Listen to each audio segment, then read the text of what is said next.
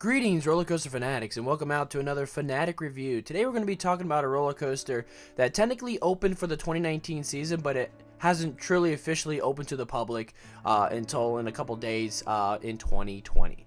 So we're going to be talking about West Coast Racers today in Six Flags Magic Mountain, which is located in the Santa Clarita area of California. It is a brand new roller coaster that is for a brand new section of the area called the Underground, which is kind of like an LA street style where there's a lot of graffiti and cars and stuff like that, and great street tacos and stuff like that. We'll get a little bit more into that, but even though the coaster's official date is January 9th of 2020, in December 20th, it had its Diamond and Diamond Elite membership access. So members with the Diamond and Diamond Elite were able to get early rides on it, and then the following week they would have Gold and Platinum join. And when I went out to California, I was fortunate enough to get a chance to ride it during its preview. So I'm here to get the review out for you guys, for those that can't wait to try it in 2020 when it comes out. Before we get into my initial thoughts here, just a couple of statistics of the roller coaster. The length of the coaster is 4,000 feet of track, and it doesn't really have any drops to it, but the overall height is 67 feet. It's not clear how fast the accelerations are. My guess is they're in between 45 to 50 miles per hour, but the maximum speed that this coaster reaches is 55 miles per hour, and there are a total of 4 inversions on this ride. Just a couple elements that you'll experience on this. Of course, these are LSM launches.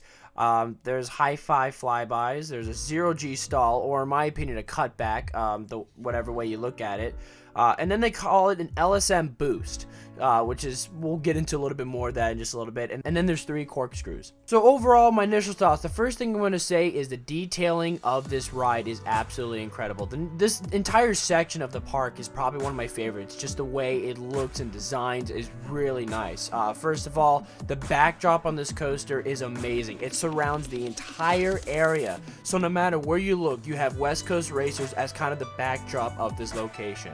It is absolutely awesome. Just the interaction of this coaster was really well done, and the entire section in general is really nice. So you have West Coast Racers, you have Apocalypse, which is really interesting that they have Apocalypse themed ride in this, but it's still kind of cool. The wooden coaster fits in really well either way. And then, of course, which I highly recommend you guys try, are the street tacos. Probably my favorite food at Six Flags Magic Mountain were these street tacos I had. They were absolutely delicious and probably similar to the style of street tacos you would have in LA. And then the queue line is really interesting. It kind of goes through a warehouse. It smells like a new warehouse too. There's a couple of tires. There's even a car to show off as well, which was really awesome. But now let's go ahead and get into the overall experience. So the first half of this coaster is very, very short. It's just basically a U-turn around the underground section, where in this section, the gray side or the silver side track probably has the most to experience. So you have the great high-fi flyby, which starts off the ride, and then right afterwards you go into a zero-G stall, which is absolutely awesome. Now both tracks do feature a nice little pop of air before you go into the boost. Now it's interesting that they call it a boost, because that's basically what it is. You won't feel the launch for that long, but man, it is a burst. So you might want to keep your head back, because it will jolt you into the next section, which is really interesting. It did caught me off guard a couple of times, but it will kick off into the next section. Now the next section is much longer than the first, the second half, and that's where Yellow Track really shines.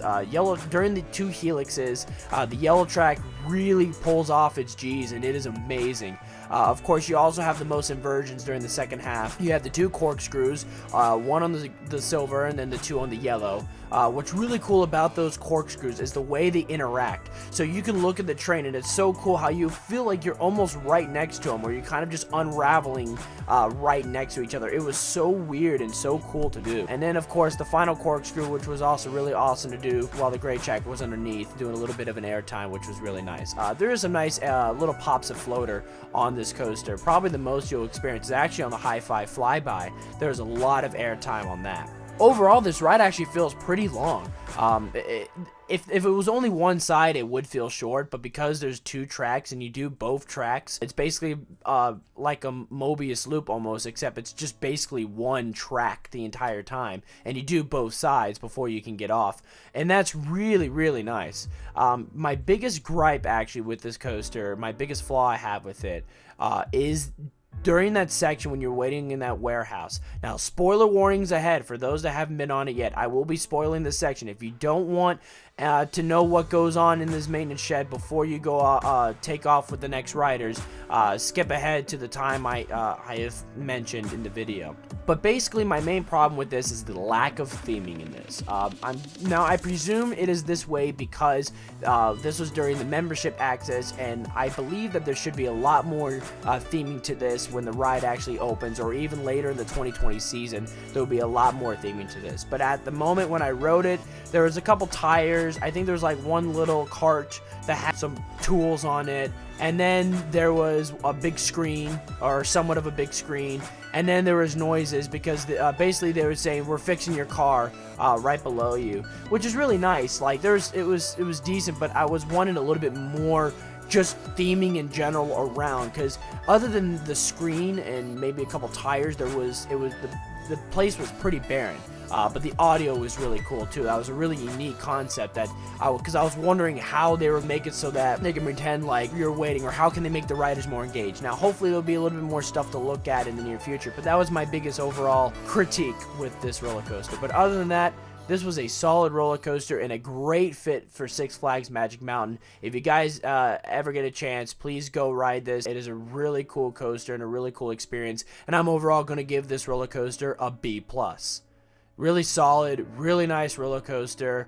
Hopefully a little bit more theming later on, but other than that, fantastic, solid ride, and a great new addition for the 2019/2020 season. Once again, if you guys get a chance, go check out the roller coaster. It opens January 9th of 2020 for those that do not have a Six Flags membership, which I also do recommend you guys get as well. So thank you guys so much for watching. Make sure to check out other Fanatic reviews. If you have a coaster you'd like me to review, let me know in the comments below, and please do me a favor and hit that like button and smash subscribe for more videos, and if you did enjoy this video as well. That's all, folks, and as always, roller coaster fanatics, keep coasting.